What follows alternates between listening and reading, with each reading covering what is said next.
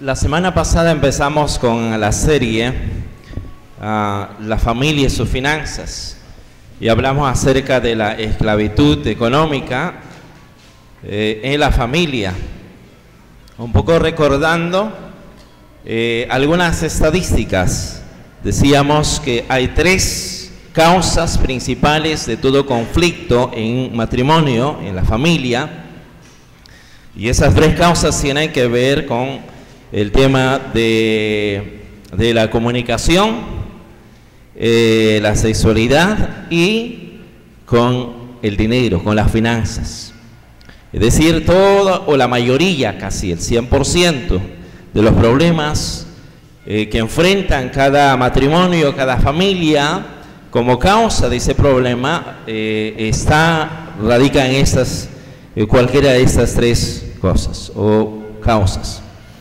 También decíamos que el 89%, de acuerdo a algunos estudios que se ha realizado, el 89% de los divorcios o separación tiene como causa principal problemas económicos. Llegan a tal punto que ya es insostenible para las parejas, para los matrimonios, y optan por separarse, y ese problema o la causa de todo eso es problema financiero, económico. Otro de los datos también nos dice que el más del 80% de las familias cristianas viven por encima de sus ingresos económicos. Es decir, sus gastos mensuales es superior al ingreso que ellos tienen. Eso explica la razón por qué esta estadística es muy alta en cuanto a una causa principal de los conflictos y aún de los divorcios o separación. Entonces, es importante que entendamos cuál es el plan de Dios, los principios de Dios. Y decíamos la semana pasada que cuando una persona está en esclavitud económica, no necesariamente implica que no tenga dinero. La mayoría está en esclavitud económica porque no tiene dinero. Pero hay un porcentaje minoritario que también está en esclavitud económica aún teniendo dinero. ¿Qué es esclavitud económica? Cuando el dinero empieza a controlar tu vida, tus decisiones. Cuando ocupa el lugar que Cristo debería ocupar en tu corazón. Los síntomas: ansiedad, preocupación sobre las finanzas. Todo lo que tú estás haciendo, en cualquier lugar donde te encuentres, siempre cuando la esclavitud financiera está en tu vida, todo lo que hagas, todo lo que pienses va a estar en torno al dinero. Eso resta mucho porque te roba a disfrutar lo que Dios te da. Un padre de familia, una madre de familia que está atravesando por problemas serios económicamente, no disfrutan de los hijos, no disfruta de las cosas que Dios le da. Entonces, tenemos que considerar eso, y decíamos, ahí poniendo como causa que habían 2 causas, las deudas, y por otro lado era la falta de valores espirituales en nuestra vida. Y Jesús claramente lo dijo por el énfasis que pone también, pero el pasaje o la parábola donde es muy específico es en la parábola que aparece Lucas capítulo 16, luego ustedes puedan revisarlo, pero cuando dice: si nosotros no aprendemos a ser fiel en lo poco, no puede confiarnos Dios lo mucho. Entonces algunos anhelamos, porque todos hemos pasado por eso, no hay excepción alguna. Todos anhelamos puestos y remuneraciones o pagos altos, pero no hemos aprendido a ser fieles en lo poco o en lo mínimo que Dios demanda de nosotros. Y dice ahí: si nosotros no hemos aprendido a ser fieles en las riquezas injustas. Le decía que esa palabra riquezas injustas, esa palabra injusta es la traducción de la palabra griega mamón, que se utiliza para riquezas o para el dinero. En otras palabras, si nosotros no aprendemos a ser fieles administradores del dinero que Dios nos confía, Él no puede confiarnos lo verdadero. En otras palabras, si nosotros no aprendemos a administrar con fidelidad el dinero, no puede haber crecimiento en nuestra vida espiritual. Por eso decíamos que la manera como nosotros administramos nuestro dinero, o el dinero que Dios nos da, es el reflejo de nuestra vida espiritual. Y por eso Jesús se tomó 16 parábolas de las 36 o 38 parábolas, 16 para hablar acerca del dinero. Por eso es que hace mucho énfasis, más de 2.300 y tantos versículos que hablan sobre el dinero y menos de 500 versículos que hablan acerca de las doctrinas principales de la vida cristiana. Entonces, tenemos que considerar eso. Decíamos que en ese ejemplo que poníamos acerca de la compra a plazos y a contado, comprar algo a contado o comprar algo a plazos, ¿cuál es la diferencia? Era la pregunta. ¿Cuál es la diferencia? Algunos que son matemáticos dicen, bueno, la diferencia es simple, sencillo, la diferencia está en los intereses. Bien, es cierto, pero para algunos eso no sería una gran diferencia. Para aquel que no tiene sería una gran diferencia, pero para aquel que tiene, eso no implica una gran diferencia. Porque aquel que tiene puede comprarlo contado como puede comprar a plazos. Es que los intereses no la marcan la diferencia. Lo que marca la diferencia es nuestra escala de valores. Eso sí es lo que marca la diferencia. Una persona que carece de virtudes, de principios que veremos esta mañana, va a siempre tener la tendencia a comprar a plazos, porque carece de esos principios. Pero una persona que tiene esos principios desarrollados en su vida, entonces no va a caer fácilmente en adquirir algo a plazo, sino va a adquirirlo a contado, porque va entendiendo ciertos principios. Entonces vamos a ir a Mateo capítulo 6, Mateo capítulo 6, y ahí empezaremos esta mañana viendo algunos principios. Mateo capítulo 6, versículo 19 al 21. Mateo capítulo 6.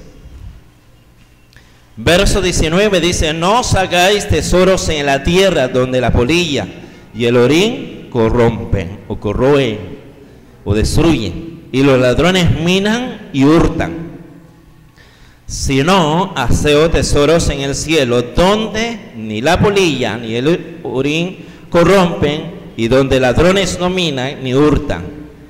Porque donde esté vuestro tesoro, allí estará también vuestro corazón. Verso 24. Ninguno puede servir a dos señores, dos amos, porque o aborrecerá al uno y amará al otro, o estimará al uno y menospreciará al otro. No podéis servir a Dios y a las riquezas. Otras versiones dicen, no pueden servir a Cristo y al dinero al mismo tiempo. Los griegos tenían la costumbre de incluir en los Juegos Olímpicos una carrera en que los competidores llevaban una antorcha encendida. Para ganar, un corredor no solo debería llegar a la meta. Para ganar, debería llegar no solo primero, sino también debería llegar con la antorcha encendida. Entonces algunos podrían llegar primero, pero si la antorcha se apagaba, en realidad no ganaba. Puede ser que el que llegó último ganaba, por el simple hecho de llegar a la meta final con la antorcha encendida. Esto nos tiene que llevar un poco a relacionar el tema económico porque una de las grandes preguntas que se hace y que nos hacemos es ¿por qué no me alcanza el dinero?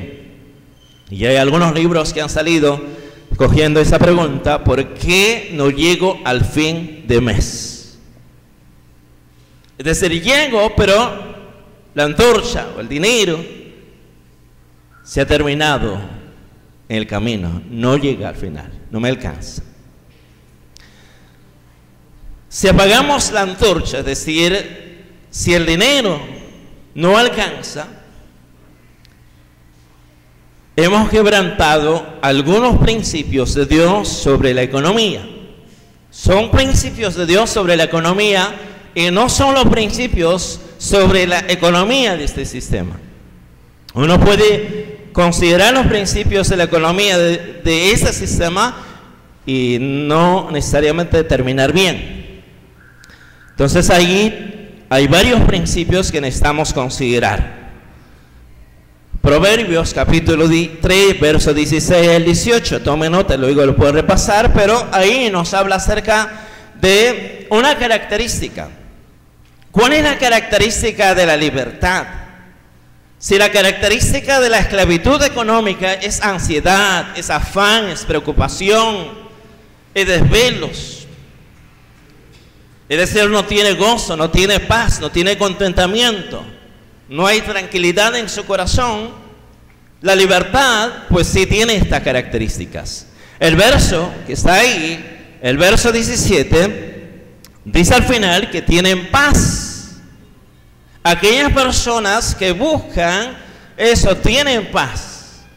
Es decir, cuando Dios empieza a bendecir, cuando nosotros estamos de acuerdo a los principios de Dios, habrá tranquilidad independientemente de la cantidad de dinero que pueda tener. Uno puede tener poco, lo justo, pero la diferencia es que va a tener paz, tranquilidad, contentamiento.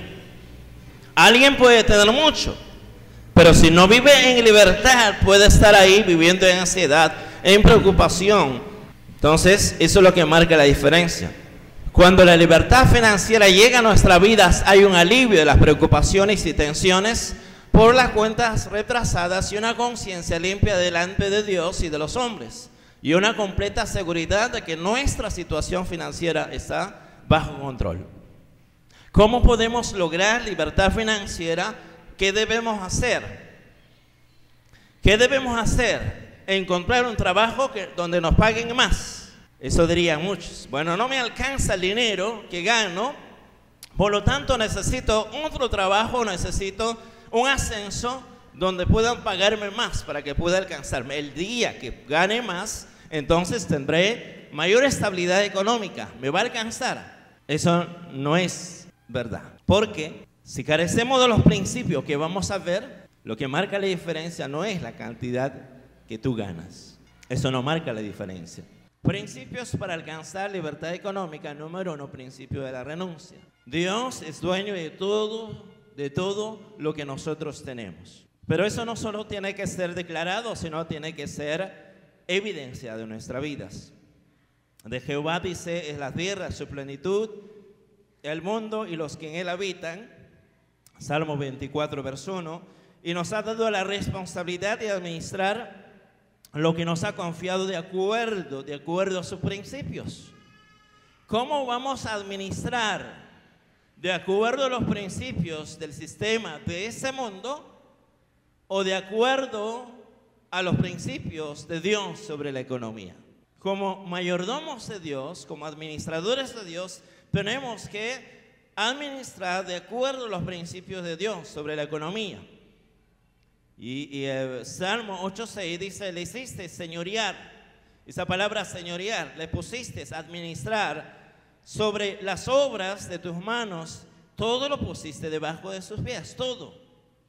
No solamente los bienes materiales que tú tienes, sino aún el dinero que tú puedas percibir de mes a mes. Por lo tanto, tenemos que aprender a ceder el derecho de propiedad de todas nuestras posesiones a Dios. Dios a nadie le ha concedido el derecho de propiedad. Por más que tú puedas tener un documento que diga, eso te pertenece, pero en realidad le pertenece a Dios.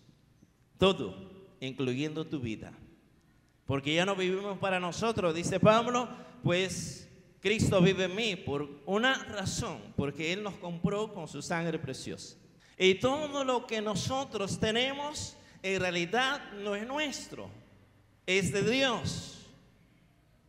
Entonces, si nosotros empezamos a desarrollar conciencia, a creer que somos administradores, más no dueños, para nosotros será fácil cederle a Dios lo que le corresponde o lo que es de Dios y no aferrarnos creyendo que somos dueños. ¿Para quién será más fácil cerrar una tienda?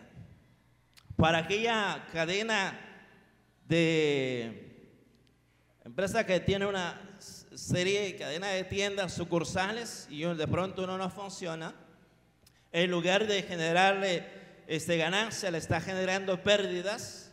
Y por otro lado tenemos un dueño que tiene una tienda, igual no le genera ganancias. ¿Para quién es más fácil cerrar? Por lo menos a quién le va a costar más. Le va a costar más cerrar esa tienda a aquel que es dueño, porque a generar una dependencia emocional. Le cuesta soltar, le cuesta cerrar, pero aquel que es administrador, que no es dueño, pues simplemente le va a ser más fácil.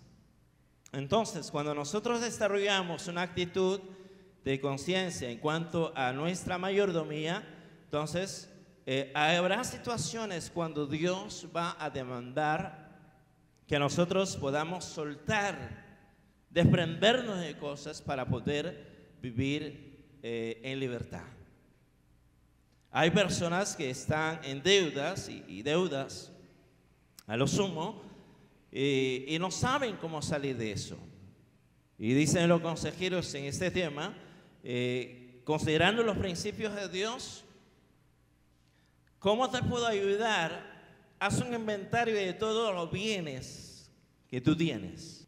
¿Qué es lo que puedes vender? ¿Qué es lo que tú puedes soltar? Y una de las dificultades que tienen ahí es aquellas personas que no quieren soltar, porque lo valoran, porque dicen, no puedo eso venderlo, no puedo soltar eso, ¿por qué? Porque es mío. Entonces, y a veces esa actitud de pensar que somos dueños nos lleva a administrar mal. Este es mi dinero, esto yo lo gané, yo ya sé cómo manejo. Entonces, nos lleva a ser malos mayordomos. Pero si tú desarrollas conciencia de que lo que tú tienes es de Dios y no es tuyo, entonces vas a preguntarle siempre si en lo que vas a invertir, si en lo que vas a gastar es lo que realmente Dios te está mostrando o no. Pero si tú piensas que eres dueño, entonces tú dispones, tú decides, no consultas a nadie. Pero si tú eres administrador, vas a buscar la dirección de Dios antes de comprar algo que demande mayor inversión, vas a consultar. ¿Cómo sabemos que es el tiempo de Dios? ¿Cómo sabemos que lo que yo deseo, no lo que necesito, lo que yo deseo es lo que Dios también quiere darme? Es a través, si es que Dios me dio, entonces puedo saber que si Dios me ha dado y si eso puede cubrir el costo de lo que quiero adquirir, puedo entender que Dios está proveyendo para adquirir eso. Pero la gran mayoría cometemos el error de adquirir cosas sin consultar a Dios y sin tener el dinero en mano, y nos metemos en deudas o en crédito o obligación financiera.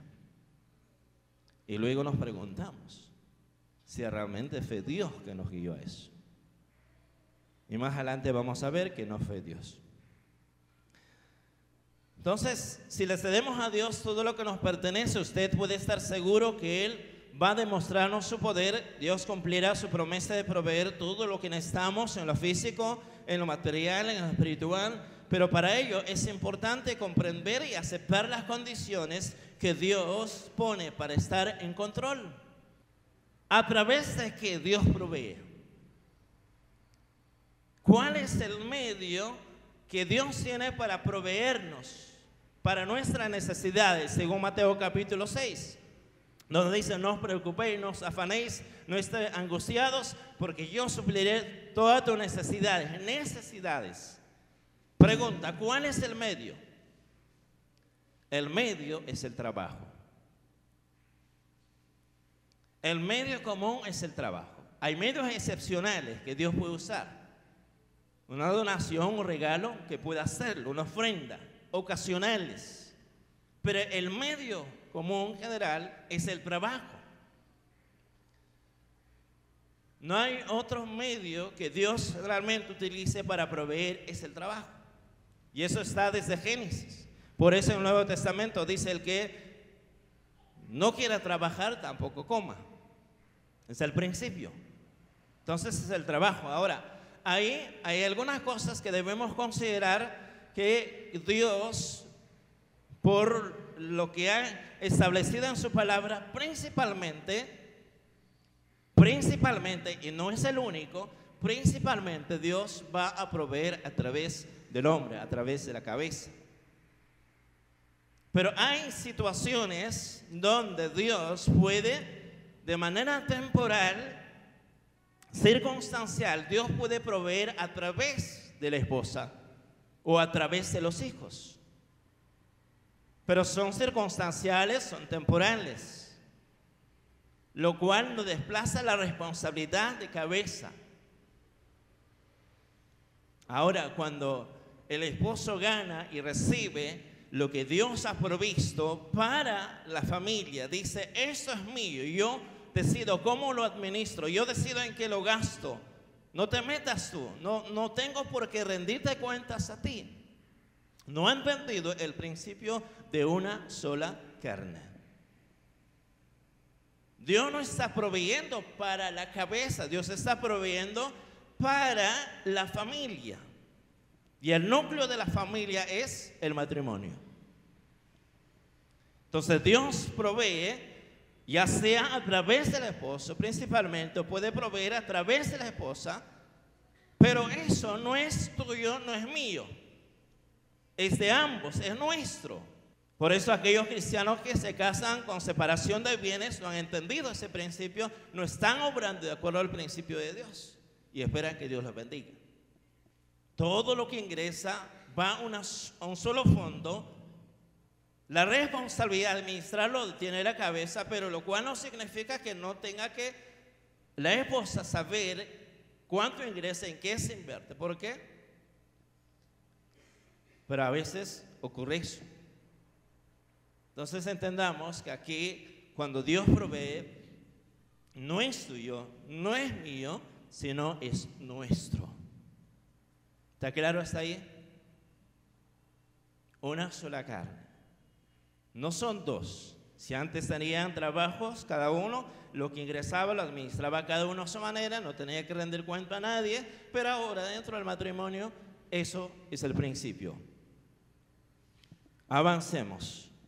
Como creyentes en Cristo, debe establecer, dice: si usted cree que es dueño, es el dueño, aunque sea de una sola cosa en su vida, entonces su actitud personal con respecto a ella será muy diferente de la actitud que usted tendría si fuera simplemente administrador de ella.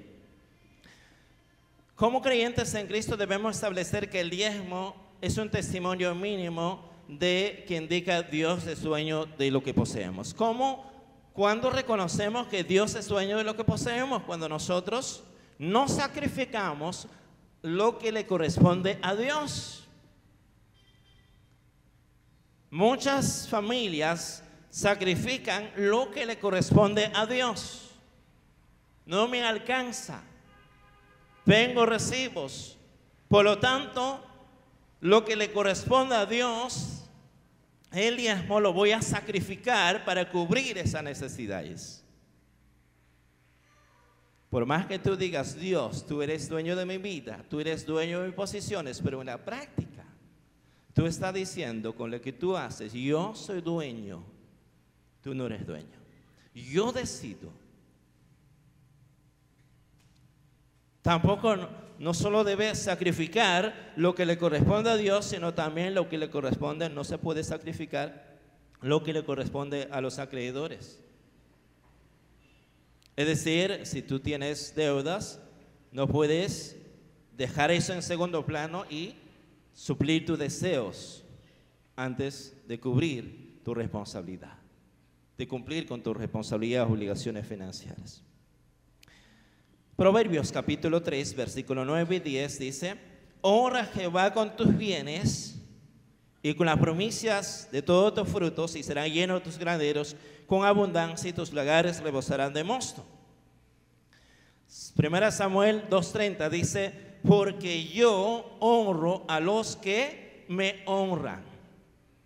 Si nosotros reconocemos a Dios, si nosotros le honramos a Dios con lo primero, es decir, con la 10ª parte, y somos fieles en eso, dice: serán llenos tus graneros con abundancia, y tus lagares rebosarán de mosto. Es decir, Dios dice: yo puedo bendecirte. Y hay varios pasajes que podríamos revisar para este principio.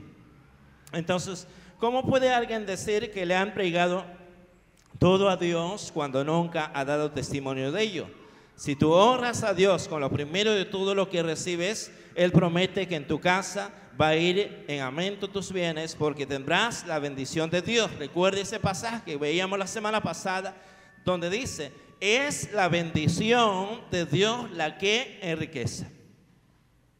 Es la bendición de Dios la que enriquece. Una persona puede trabajar, tener uno y otro trabajo, pero si no es Dios, si no es Cristo quien está al control sobre su vida, no tendrá una riqueza emocional, no tendrá una riqueza espiritual, por más que tenga riquezas materiales, pero va a ser pobre. Como dice al final la carta a la iglesia de la Odisea, tú dices: soy rico, no tengo necesidad de nadie, pero Dios, ¿cómo lo ve?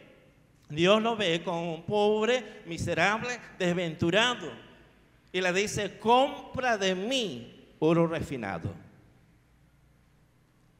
Entonces, necesitamos entender que necesitamos reconocer y honrar a Dios. Entonces, ¿quién es la persona que va a honrar siempre a Dios? ¿Quién es la persona que siempre va a buscar que exaltar a Dios con lo que recibe? Es aquella persona que reconoce que Dios es dueño de todo lo que posee, y yo no simplemente administrador. Segundo principio, contentamiento. Principio del contentamiento. Este principio dice: cada uno de nosotros debemos de aprender a estar contentos y a disfrutar de la vida en el nivel financiero en que nos encontremos.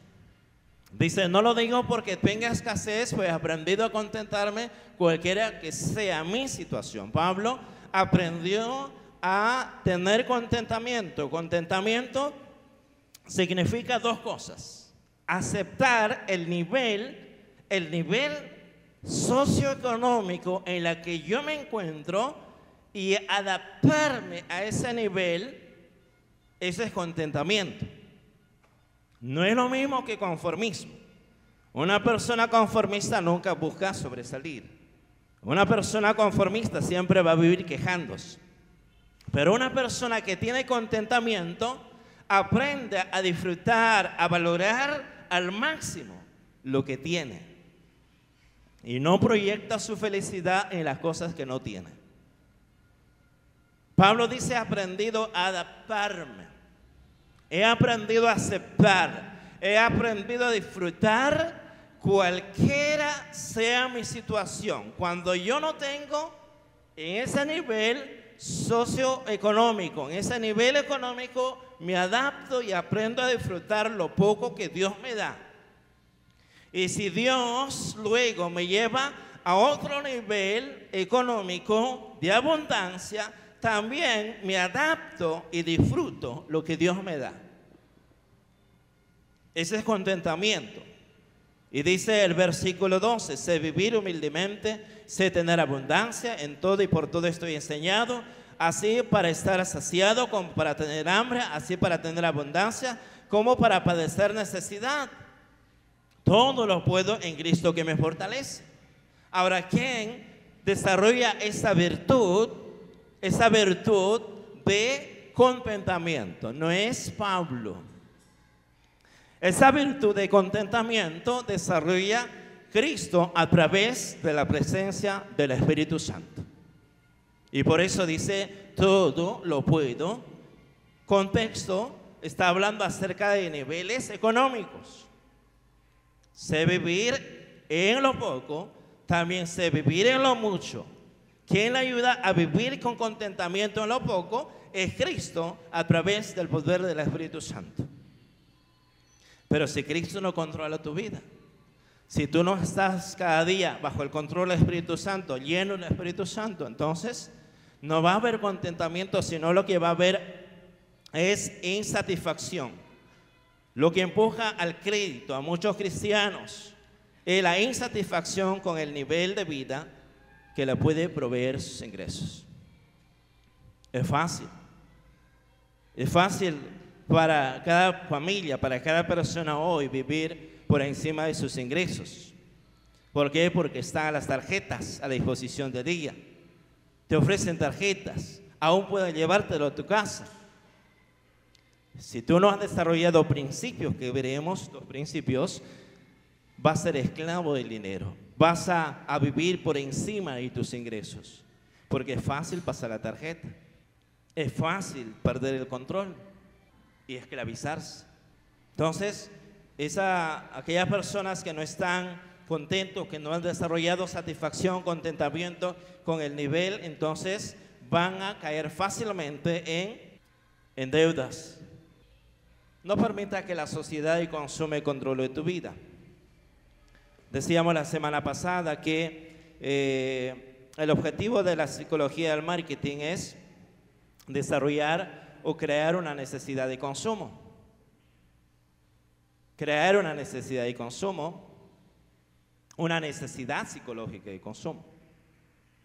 Todos los colores, las formas, la presentación, la envoltura, los colores y todas las características tienen un solo propósito: que tú puedas desarrollar que se pueda generar una necesidad psicológica de consumo.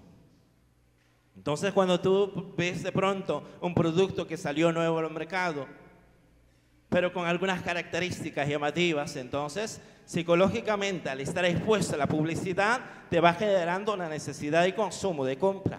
Y si tú no has desarrollado el principio de la paciencia, dominio propio, entonces fácilmente caes en eso. Entonces la avaricia y la codicia vienen como resultado de la insatisfacción o descontento.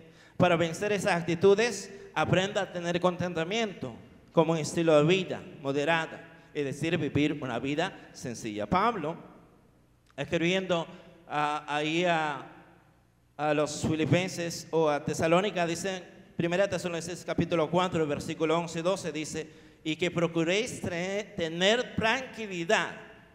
Esa palabra tranquilidad es vivir de manera moderada o sencilla. Y ocupaos en vuestros negocios, a trabajar con vuestras manos de la manera que os hemos mandado, a fin de que os conduzcáis honradamente para con los de afuera y no tengáis necesidad de nada. Está haciéndoles recordar que el medio para recibir de Dios para nuestras necesidades es el trabajo. Pero al mismo tiempo le dice que procuren vivir una vida moderada, una vida sencilla. Hebreos capítulo 13, versículo 5 dice, sean vuestras costumbres sin avaricia, contentos. Hebreos 13, 5.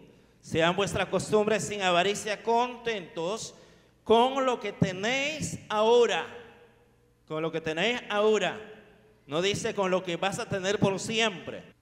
Jesús enseñó el principio de vivir un día a la vez.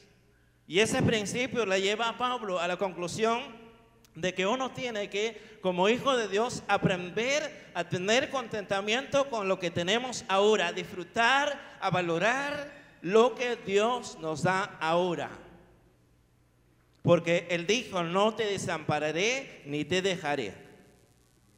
Entonces, cuando nosotros perdemos esa paz interior en nuestro corazón, cuando empieza a embargar nuestro corazón ansiedad, preocupación, entonces tenemos que preguntarnos que no estamos aprendiendo a vivir en contentamiento, y es hora de tomar algunas decisiones importantes, tanto financieras como personales y familiares.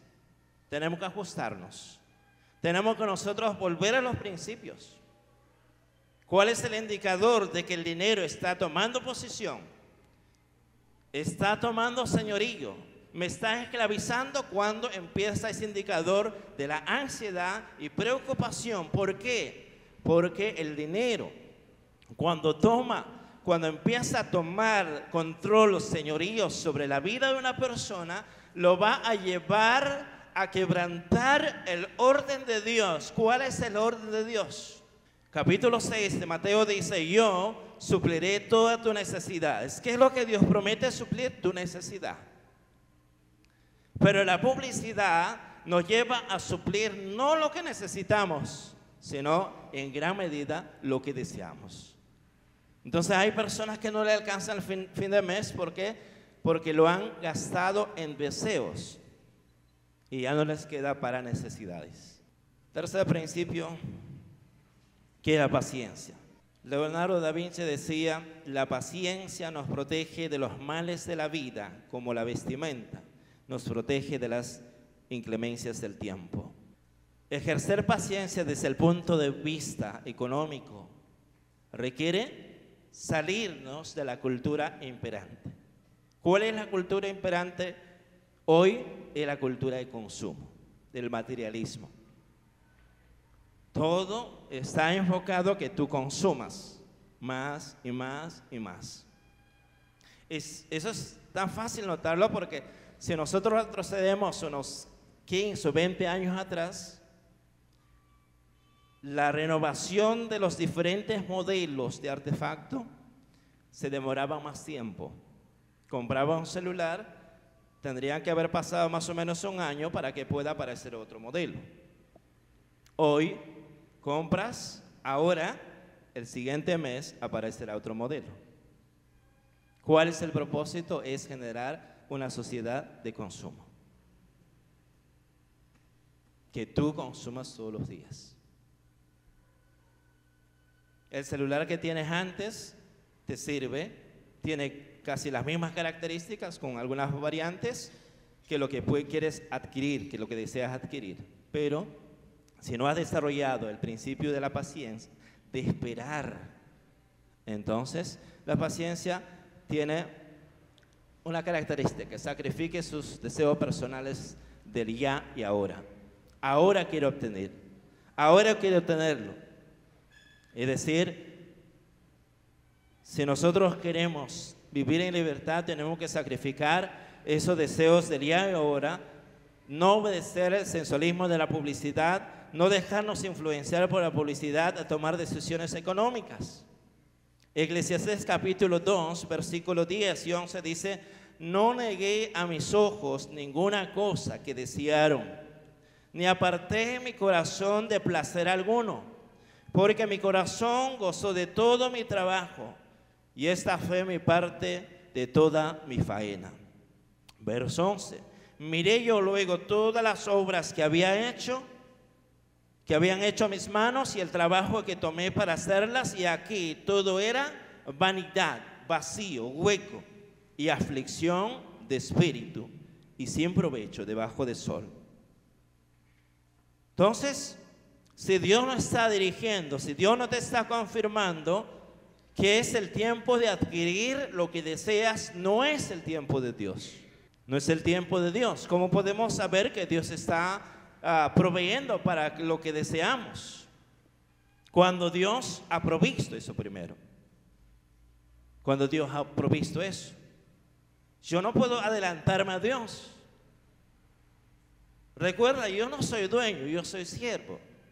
Somos administradores, por lo tanto, no soy yo quien tiene que decirle a Dios, Dios, quiero esto y provee ahora. Yo tengo que aprender a caminar en el tiempo de Dios y eso requiere paciencia. Muchos o algunos de los hermanos ven la necesidad más que un deseo, y hoy el tener una movilidad es una necesidad en ciertos casos, pero no es una necesidad básica. Y dicen, ¿por qué no tiene su carro? ¿Cuándo se compra su carro? Eso, viendo a los demás, viendo la publicidad y viendo a los demás que tienen, hay una tentación. Puede ser, deseo adquirir. Pero la pregunta ¿es el tiempo de Dios? ¿Cómo saber que es el tiempo de Dios? Si Dios provee para adquirir y cubrir ese compromiso financiero, puedo decir que es el tiempo de Dios. Pero si no, es adelantarme a Dios, es hacer mis propias decisiones. Ahora, ¿cómo Dios provee? El principio de la paciencia nos lleva a practicar el hábito del ahorro. Una persona que no ha desarrollado el principio de paciencia en su vida nunca va a ahorrar. Pero aquella persona que va desarrollando el hábito, el principio de la paciencia, va a desarrollar un hábito de ahorrar. Les decía la semana pasada, una persona tiene dos opciones: comprar a crédito pagando intereses, es decir, cuotas en 10 meses que le van a sumar una cantidad de intereses, o esa persona puede comprar al contado. En ambos casos tendrá que ahorrar. Es decir, si yo quiero comprar ahora a plazos, poniendo esa ilustración de comprar una cocina que costaba 350 soles, pero con intereses sale 500 tantos, entonces tendría que cada mes, por 10 meses, ahorrar 53 soles para cubrir los intereses que suman 530. Pero la diferencia es que ya, como no tengo paciencia, lo quiero el producto y lo saco a crédito, pero me genera interés. Pero si yo tengo paciencia, es decir, he aprendido a esperar el tiempo de Dios, entonces puedo ir ahorrando mes a mes por 10 meses, ya no 53, sino 35 soles, y al cabo de 10 meses puedo tener los 350 y comprarlo contado. ¿Qué es lo que me permite llegar cada mes, durante 10 meses, separar esos 35 soles? Es la paciencia. La paciencia no solamente tiene la característica de esperar, sino de perseverar. Pero si no hay paciencia, queremos las cosas ahora. No importa si el deseo de obtener ahora me tenga que llevar a endeudarme, no importa. Entonces ahí tenemos que diferenciar entre necesidad y deseos. Necesidad y deseos. Para ahorrar necesitamos diferenciar entre la necesidad y deseos. Dice, tesoro precioso y aceite hay en la casa del sabio, mas el hombre insensato todo lo disipa. El sabio atesora y tiene aceite suficiente, pero el insensato todo lo gasta. Ahora, necesitamos diferenciar qué necesidad y deseos. Necesidades básicas, alimentación, vestimenta, salud, etcétera, básicas, y es lo que Dios ha prometido proveer. Y los deseos son aquello que no es necesidad. Aquellos son deseos de calidad. ¿Cuál es tu deseo? ¿Cuál es una necesidad? Que tienes que alimentarte todos los días. Ahora tú puedes desear no ir a cierto lugar donde tú puedas saciar esa necesidad con costo mínimo o con cierta cantidad de dinero, sino ahora deseas, anhelas algo más de calidad, pero te cuesta más. Entonces, cuando nosotros empezamos la forma en que queremos satisfacer nuestra necesidad, puede transformarlo aquella compra en un deseo. La línea entre necesidad y diferencia es tan delgada. Entonces tenemos que aprender a diferenciar eso. Como les decía hace un momento, la mayoría de las personas que no han desarrollado paciencia, que no han desarrollado contentamiento, caen fácilmente en gastar en deseos y dejan de lado o postergan necesidades. Y por eso al final les falta y les genera toda una crisis de ansiedad. ¿Por qué? Porque lo administraron mal durante el mes, que al final no llega. Durante el mes cayeron fácilmente en la trampa de la publicidad, no tuvieron contentamiento, no tuvieron paciencia y al final se fue todo y fueron malos administradores. No es que Dios no proveyó. Finalmente, para terminar, principio de dominio propio. Una de las características de aquellos que promueven hacerse rico noche a la mañana es la demanda de decisiones rápidas. Proverbios capítulo 21, versículo 5, dice lo siguiente: los pensamientos del diligente ciertamente tienden a la abundancia, mas todo el que se apresura alocadamente, de cierto, va a la pobreza. El que toma decisiones apresuradas, alocadamente, dice Dios, de cierto, de seguro que va a ir a la pobreza, pero aquel que analiza diligentemente, que evalúa diligentemente, que se pregunta, ¿es una necesidad? ¿Es un deseo? Aquel que aprende a tener contentamiento, aquel que aprende a tener paciencia, entonces tiende ¿a qué? Tiende a la abundancia. Entonces sabemos que la falta de dominio propio ha destruido la economía de muchos países. La falta de dominio propio en Estados Unidos ha provocado una cantidad asombrosa de quiebras, tanto personales como comerciales, empresariales. El crédito los ha traído a la ruina.